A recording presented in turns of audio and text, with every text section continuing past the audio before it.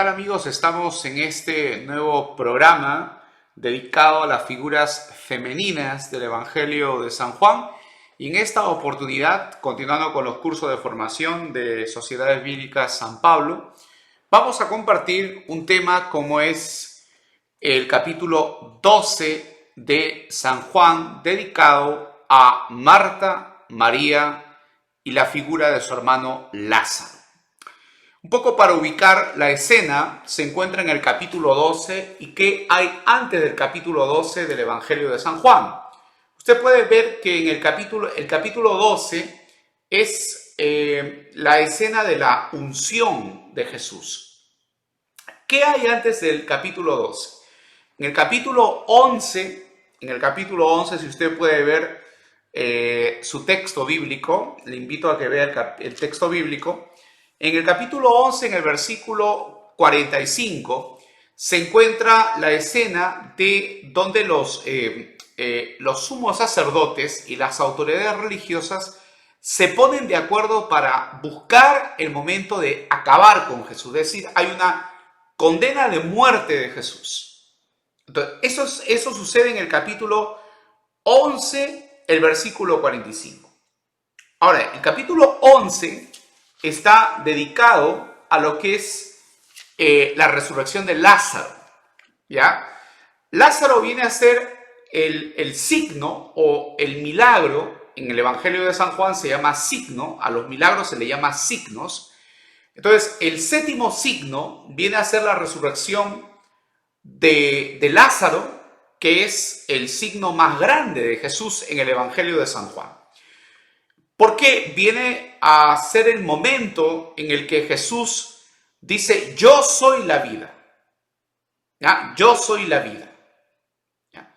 Entonces, yo soy la resurrección y la vida es la frase más importante y la que revela la identidad de Jesús, asemejándose a uno de los atributos de Dios en el Antiguo Testamento, ¿no? El Dios de la vida, el que tiene la capacidad de dar vida, es en el Antiguo Testamento Yahvé, ¿no? Y ahora viene presentado Jesús con ese mismo atributo.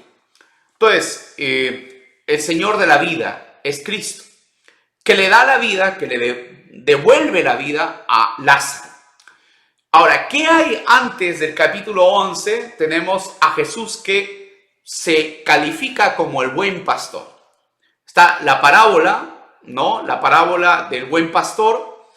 Y están las frases de Jesús como el buen pastor, comparando con los malos pastores o con el ladrón que solamente entra a robar, a destruir y a matar. Entonces, fíjese cómo está compuesta esta escena. Capítulo 10, Jesús el buen pastor, y el buen pastor da la vida por las ovejas. Entonces viene 11, la resurrección de Lázaro, donde Jesús da la vida, devuelve la vida a Lázaro. ¿De acuerdo? Ahora, ¿qué sucede en el 11? En el 11, las autoridades religiosas, como malos pastores, ¿no? Provocan, planean la muerte de Lázaro y también la muerte de Jesús. Entonces, ahí hay una intención en el Evangelio de San Juan de poner a los malos pastores como las autoridades, en este caso, del templo, ¿no? Los sumos sacerdotes y las autoridades religiosas. Entonces, son los malos pastores. Entonces, ahora se ubica la escena del capítulo 12 que tenemos a continuación que comentar, donde está la figura de Marta, María y Lázaro. Entonces,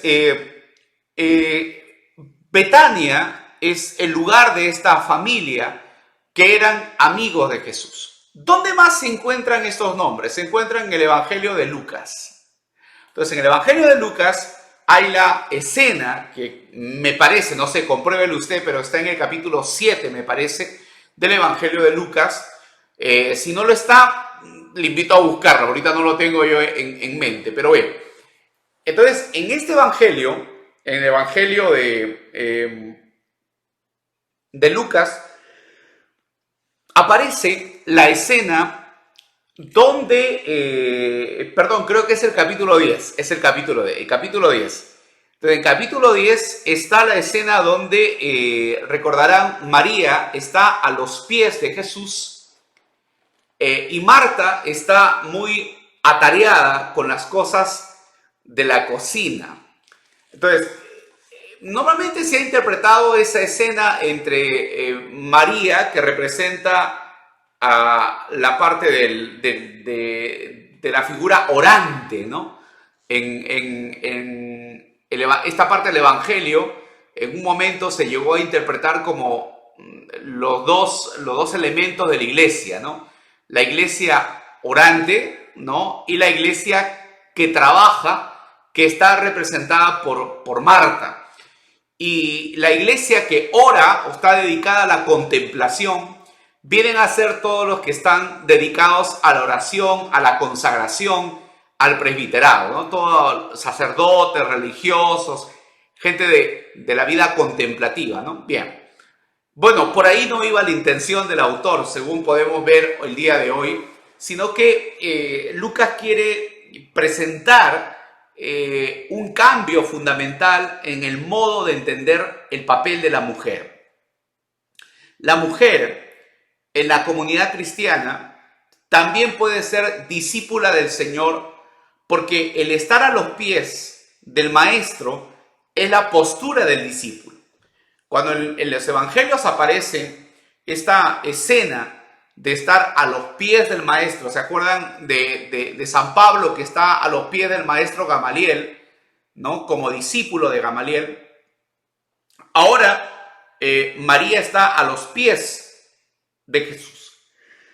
Entonces, a los pies de Jesús significa estar como discípulo, y que la mujer también es capaz de ser discípula, ¿no? La mujer también es capaz de poder aprender, ¿no? Y poder escuchar, ¿no? Entonces, eso es muy importante porque, digamos, una novedad del cristianismo es que la mujer se le incorpora o se le da un lugar dentro del liderazgo de la comunidad cristiana, cosa que en el ambiente judío no había, ¿no? La posibilidad y apertura, sobre todo en algunas, digamos, en parte del judaísmo que es un judaísmo ortodoxo, es difícil encontrar un maestro que tenga discípulas mujeres. Jesús sí las tiene, ¿no? Entonces María representa a esa iglesia,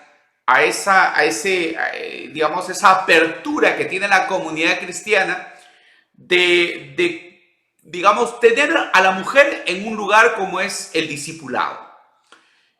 Y Marta representa, ¿no?, la típica postura judeo-cristiana de que el lugar de la mujer no es estar a los pies, sino estar atendiendo al varón, ¿ya? Entonces, por ahí va el texto para poder entender un modo de ubicar a la mujer en la comunidad cristiana, que es el que Jesús quiere, ¿no? A la mujer como discípula suya, ¿no? Que la mujer también es capaz de aprender y escuchar,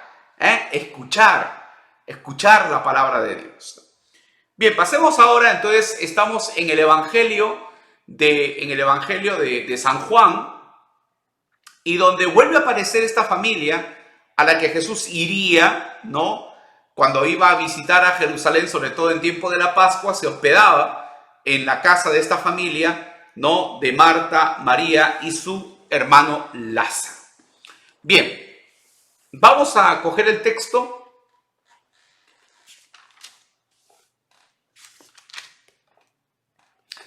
Y entonces le estaba diciendo que en el capítulo 11 se halla el versículo 45, se halla la condena de Jesús. ¿Ve? La condena de Jesús, ¿no? Dice ahí: a ver lo que Jesús había hecho, y creyeron muchos judíos en él, que habían ido a acompañar a María. Pero algunos fueron a contar a los fariseos lo que había hecho Jesús. Entonces los fariseos y los jefes de los sacerdotes, reunidos en junta suprema, dijeron, ¿no? ¿qué hacemos? ¿No? Este hombre está haciendo muchas señales milagrosas. Si lo dejamos seguir así, entonces van a creer en él. Y vendrán los romanos y nos van a destruir el templo. Entonces hay que eliminar a Jesús, ¿no? Decidieron eliminar a Jesús y decidieron eliminar también a Lázaro, ¿no? Bien. Pasamos entonces al capítulo 12. Mire cómo comienza el capítulo 12. 6 días después de la Pascua significa que estábamos en el día sábado. O sea, 6 días después de la Pascua, estamos en el 7º día. ¿Ve? Entonces, el 7º día es el sábado. 6 días después de la Pascua, Jesús fue a Betania. Por si acaso, Betania significa casa de Ananías. ¿Dónde estaba Lázaro? El que había estado muerto y a quien había resucitado de entre los muertos, ¿no? El mayor signo que Jesús tiene es justamente Lázaro. Y le hicieron una cena ahí. Marta servía y Lázaro era uno de los que estaban sentados a la mesa con él. Entonces María tomó una libra de perfume de nardo puro, de mucho precio, y ungió los pies de Jesús y se los secó con sus cabellos. Y la casa se llenó de su perfume. Bien, la casa se llenó de su perfume. Entonces, ahora vemos la escena, muy interesante. Aquí San Juan coincide con Lucas porque Marta sigue estando en el servicio, en la atención. Y Lázaro está sentado a la mesa. Es muy interesante acá, ¿no? Porque Lázaro representa a alguien que ha experimentado la misericordia de Dios, ¿no? Lázaro significa eso, significa favorecido de Dios, aquel que recibe la misericordia de Dios. Y dice acá el texto, ¿no?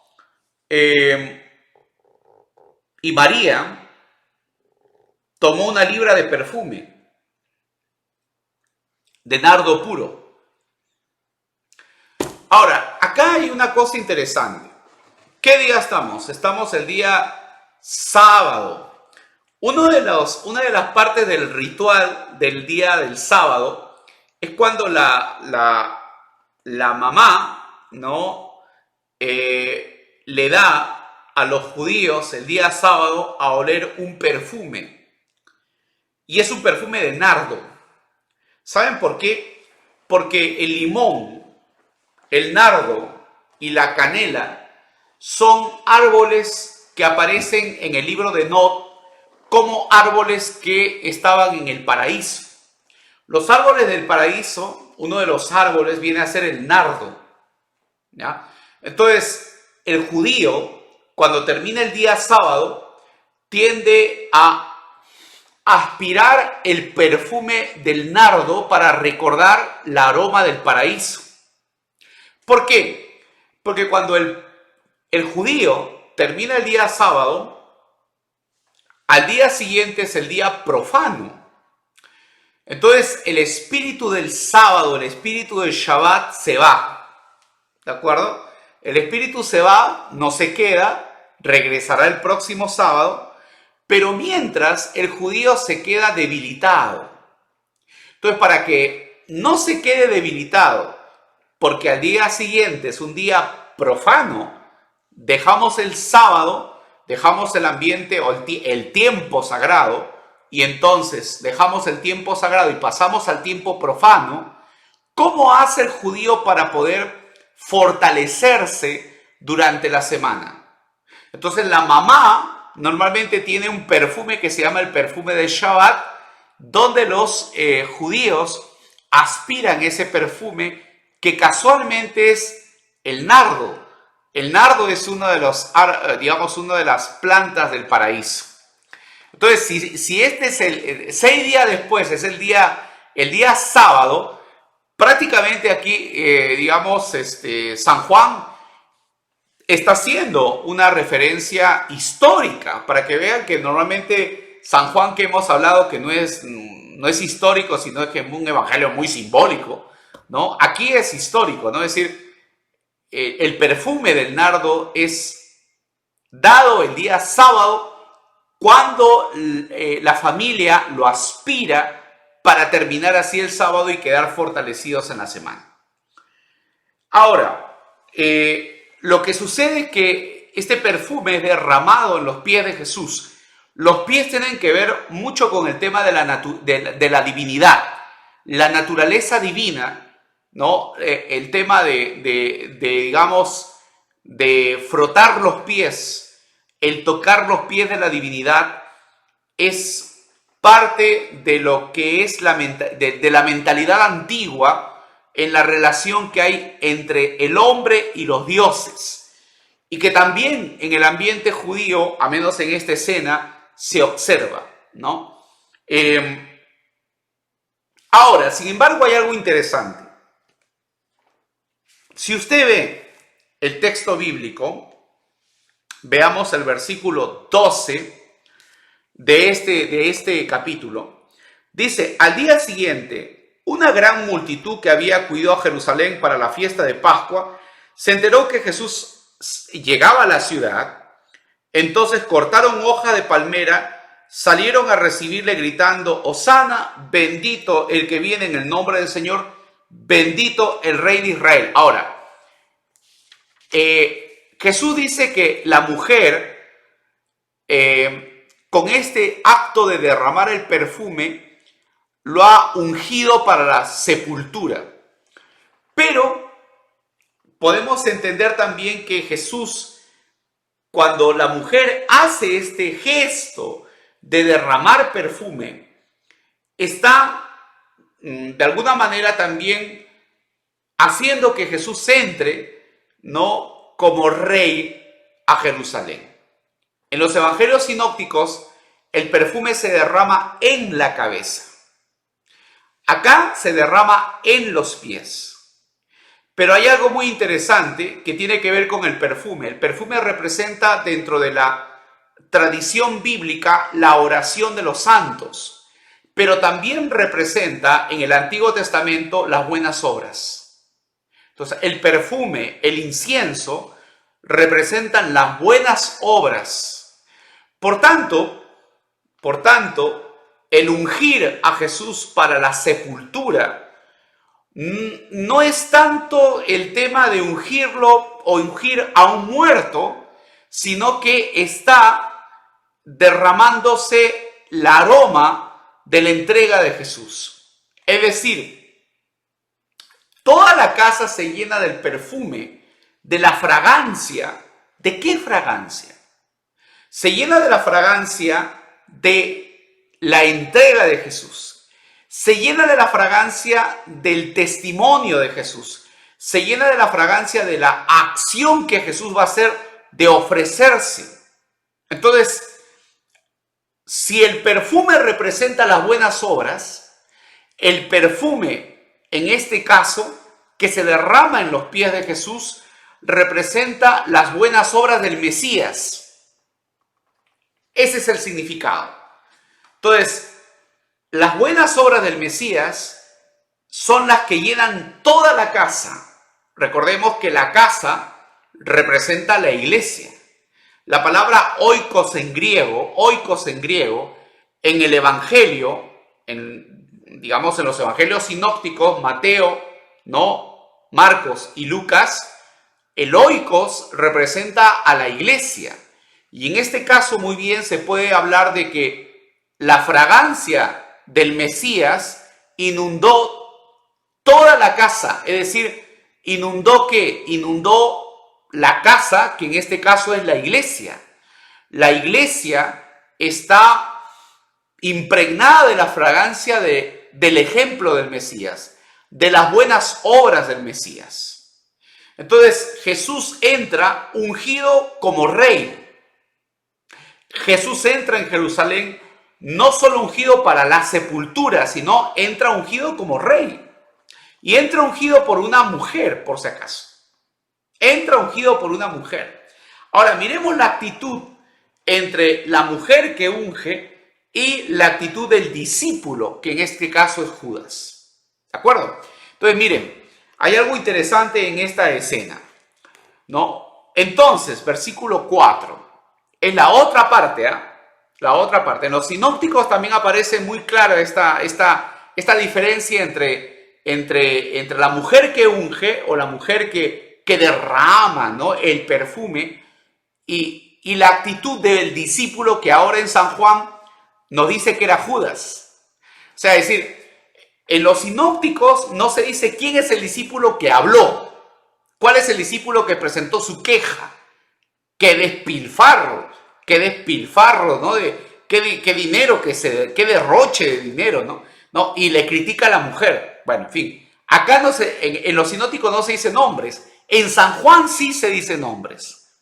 Entonces, sabemos que María es la que ha ungido y que en este caso Judas, ¿no? Judas es la voz digamos, de los discípulos que se fijan en el tema de algo que no se han dado cuenta, pero se fijan en el tema de cuánto costó el perfume, ¿no? ¿Cuánto costó el perfume? Bien, ahora, entonces Judas Iscariote, uno de los discípulos, aquel que iba a traicionar al maestro, dijo: ¿por qué no se ha vendido este perfume por 300 denarios para ayudar a los pobres? ¿Ya? Entonces, pero Judas no dijo esto porque le interesasen los pobres. Esto lo pone el autor del Evangelio, ya lo pone San Juan. No le interesaban los pobres, ya, sino que él llevaba la bolsa y como era un ladrón, entonces, ya, eso es lo que le interesaba, el tema del dinero. ¿Cómo lo identifica? Ahí hay un tema, digamos, el autor se la tiene con este personaje que es Judas, donde descarga todo el tema de una persona que no es generosa. Entonces, ahora, el perfume de la mujer son también las buenas obras de la mujer. El perfume de nardo que inunda toda la casa no solamente son las buenas obras del Mesías, el Mesías que se va a entregar, sino que es la generosidad de la mujer la que su acción de generosidad es, ¿no?, el perfume que inunda toda la casa. Es más, algunos autores dicen que la mujer es la imagen de Jesús. ¿Por qué? Porque la mujer es una persona generosa. ¿Ya? Está bien. Ese perfume tiene un valor, ¿no? Un costo, ¿ya? Algo que no lo entiende Judas.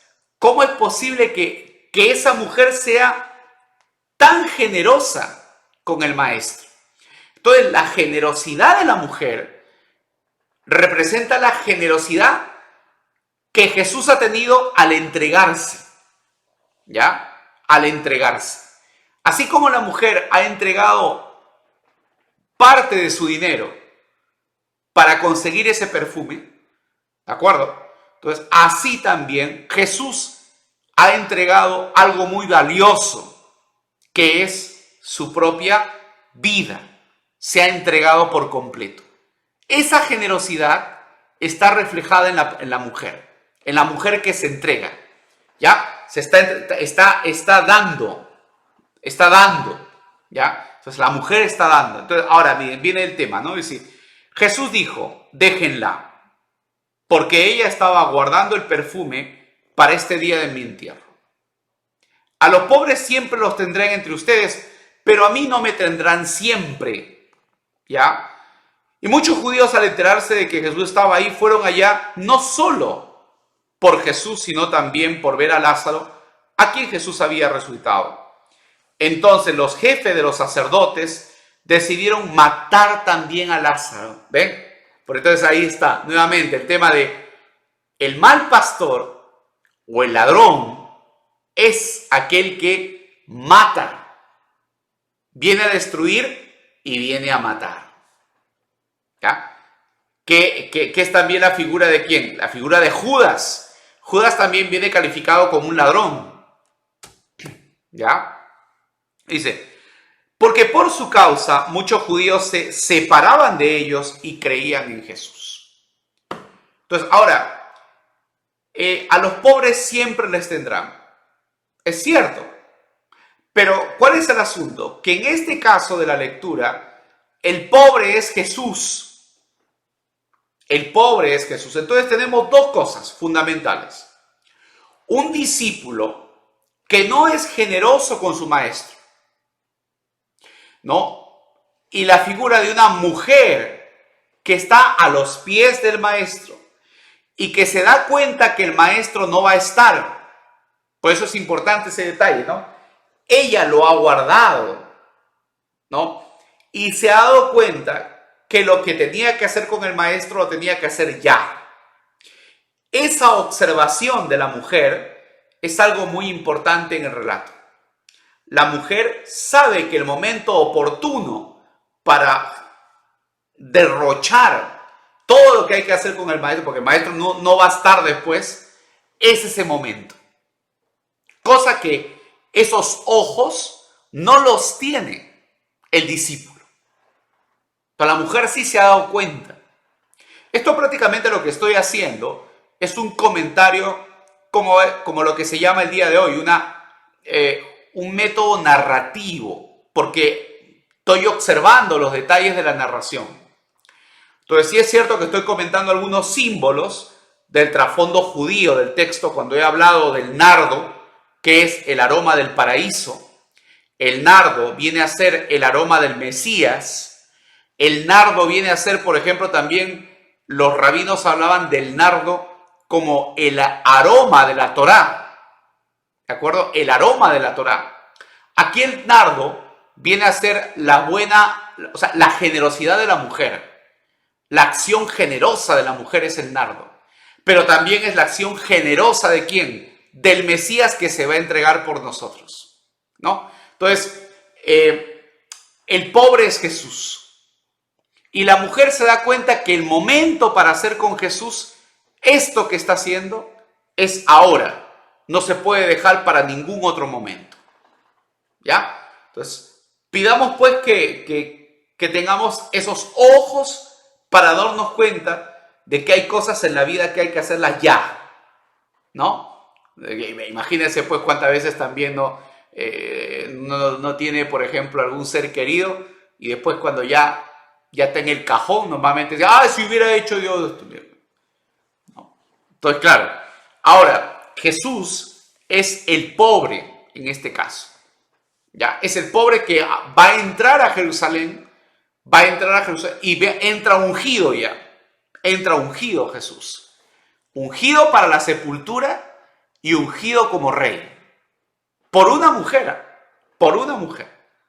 ¿Ya? Entonces, acá contrastan, como digo, estas dos figuras. La figura masculina que está en Judas, aquel que se fija cuánto habrá costado y no se da cuenta que el pobre, en este caso, ahora es Jesús, ¿no?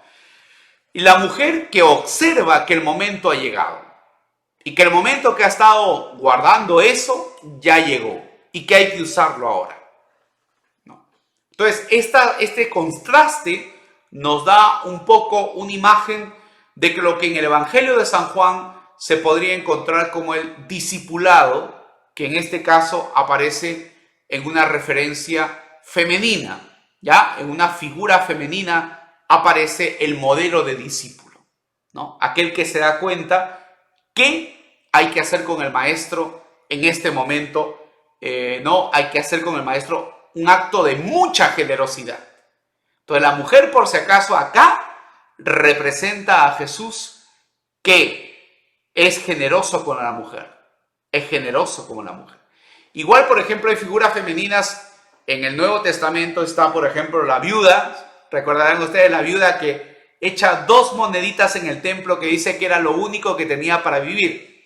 Pues los comentaristas también dicen, esa mujer viuda, pobre, que echa 2 moneditas, es Cristo, que Él también ha echado en manos de Dios, ha puesto en manos de su Padre todo lo que tenía para vivir, es decir, su propia vida, su cuerpo. ¿Ve? Entonces, hay digamos, personajes en los evangelios que representan los valores que el maestro ha tenido. Entonces, con esto termino con un comentario que espero que les ayude sobre esta figura de la unción en Betania de Jesús, la figura de Marta, María y Lázaro y la figura de Judas, ¿no? Bien, entonces regresaremos para hacer otro comentario sobre otro momento donde se aprecian las figuras femeninas en el Evangelio de San Juan. Muchas gracias.